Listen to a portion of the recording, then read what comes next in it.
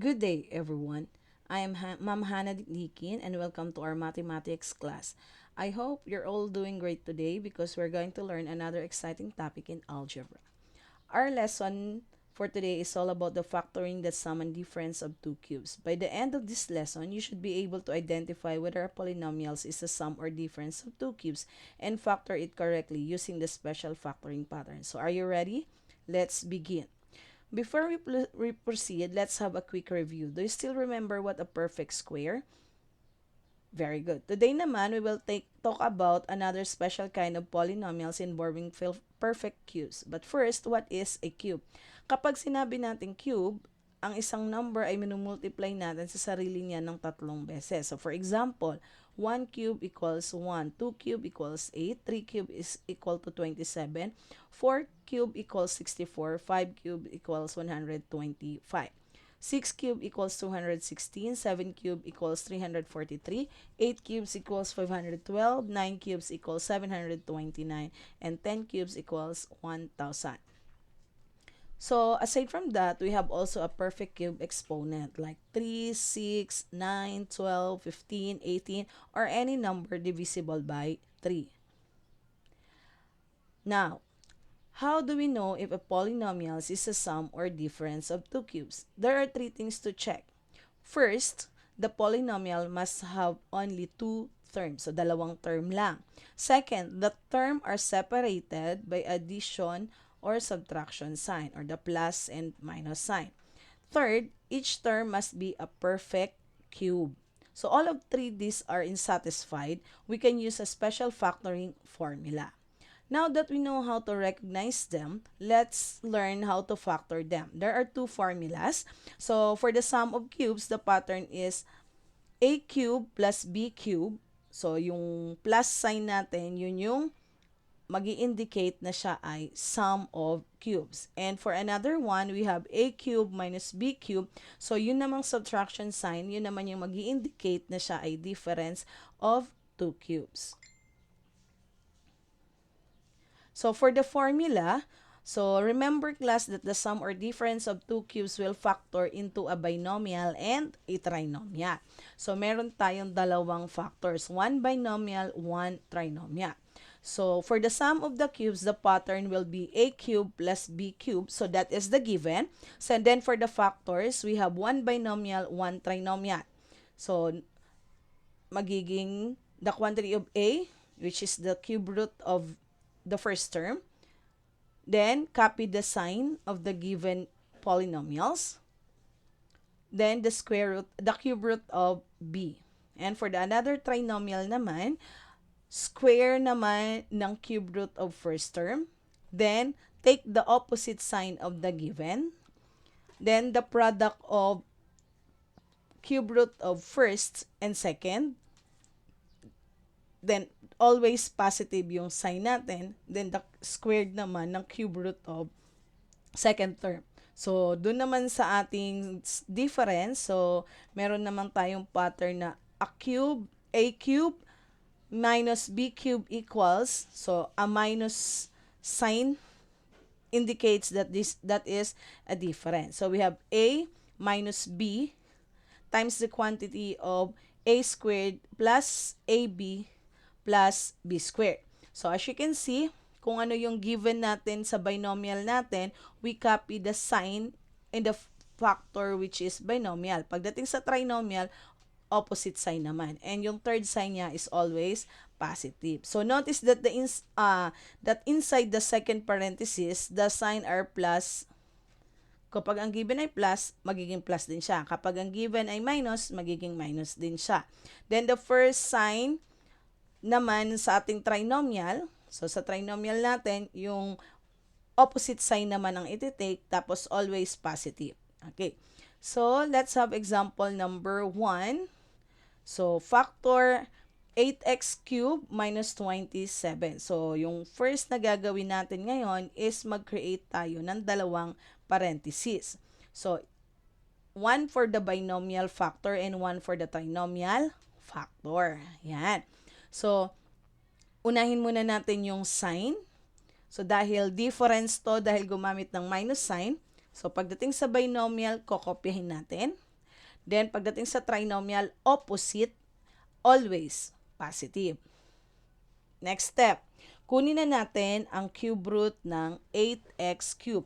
So, ang cube root ng 8 is 2 and the cube root of x cube is x. So, therefore, the cube root of 8x cube is 2x. So, isusulat natin siya doon sa first factor natin ng binomial. Next, kunin naman natin ang cube root ng 27. So, the cube root of 27 is 9. So, doon naman natin siya isusulat sa second term ng ating first factor or which is the binomial factor. So, now let's proceed na para makomplete na natin yung ating factor. So, pang trinomial naman na tayo. So, ang gagawin natin, we need to multiply yung cube root ng first term and the cube root of the second term para makuha natin ang middle term ng trinomial natin. So, 2x times 3, that's give us 6x. So, para naman makuha ang first term and last term of the trinomial, kailangan naman nating i-squared yung cube root ng first at cube root ng second term. So, unahin muna natin yung cube root ng first term. So, 2x times 2x, that's give us 4x squared. Next naman is to square the cube root of second term, which is 3. So, 3 times 3, that's give us 9. So, the factor of 8x cubed minus 27 is the quantity of 2x minus 3 times the quantity of 4x squared plus 6x plus 9. So, let's proceed for the second example. So, meron tayong 729 plus y cubed. So, first, kailangan muna natin gumawa ng parenthesis, one for binomial factor and one for the trinomial factor. Then, unahin natin ang sign. So, dahil gumamit ng plus sign, so this is the sum of cubes. So, retain the sign, opposite sign, always positive. Okay, next, let's find the cube root of 729. So, pag tinignan nyo sa index card nyo, ang cube root ng 729 is 9. So, ilalagay natin siya doon sa first term ng binomial. Next, hanapin naman natin ang cube root ng second term. So, y cube is y. Next, i-multiply natin yung unang dalawang nakuha natin na root. So, 9 times y, that's give us 9y. Okay. Next naman, i-complete na natin yung ating parenthesis. So, we need to square na the first cube root. So, that is 9. So, 9 times 9 is 81. And multiply naman ngayon yung ating second cube root. So, that is y times y. That's give us y squared.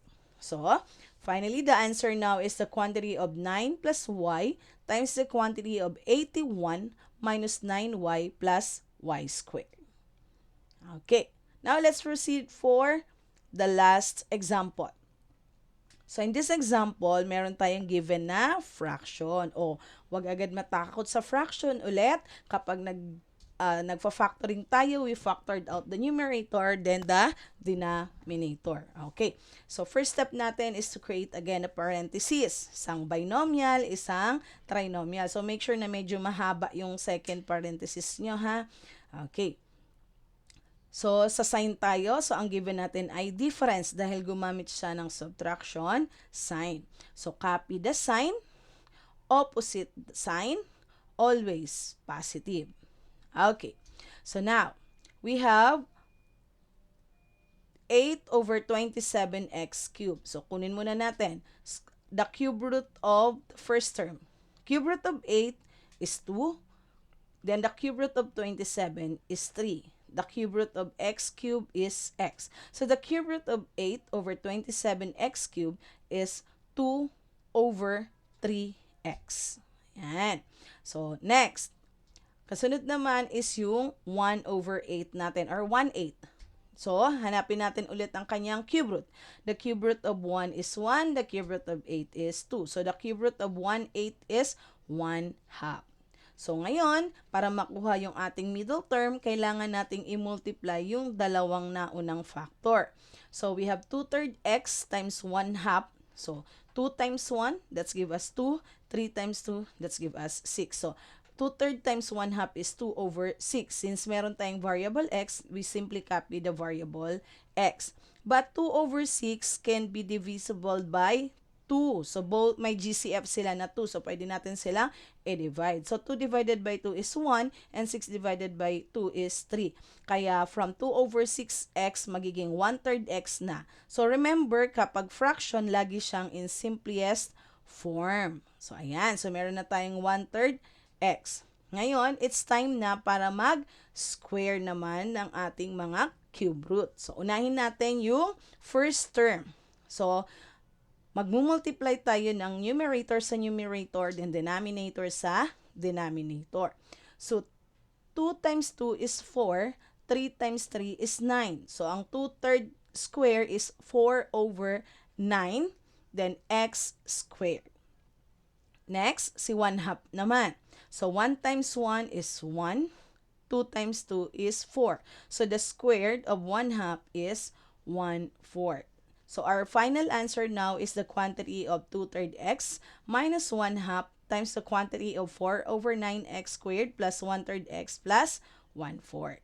Ayan. So, let's summarize the pattern whenever you see a cube minus b cube. So, kapag meron tayong a cube minus b cube, so that is the sum of two cubes, ito yung pattern natin. The factors are the quantity of a plus b. So, a stands for the cube root ng ating first term. B stands for the cube root of the second term. And for the binomial factor, squared of the cube root of a, kaya nagiging a squared. Then, yung given sign, kunin ang opposite niya, so which is negative, and always positive. So, we have a squared minus ab plus b squared. So, for the difference of two cubes naman, so we have a cube minus b cube. So, magiging the quantity of a minus b.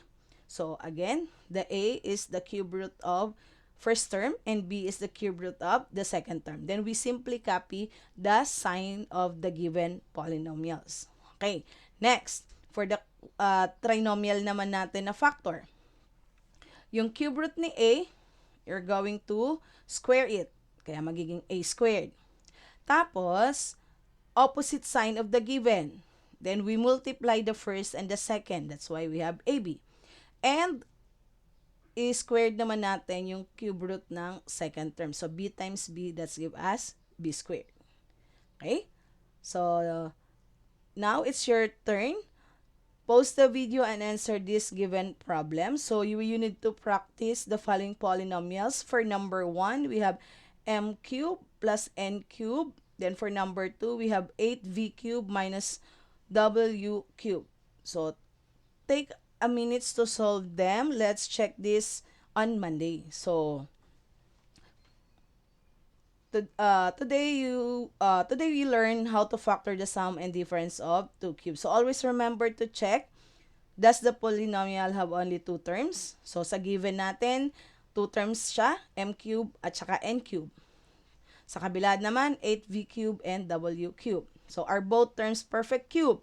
So, kailangan makita nyo na perfect yung first term at saka second term. So, then the next is, dapat separated siya ng addition and the subtraction sign. Then, kapag ang answer mo dun sa mga questions na yun is yes, then use the special factoring formula written naman dun sa upper part ng inyong practice exercise. I hope you learned something new today. Thank you for watching. Once again, this is Ma'am Hannah Dikdikin. Keep practicing, stay curious, and remember, mathematics become easier when you understand the pattern. See you in our next lesson. Goodbye, everyone. Enjoy learning.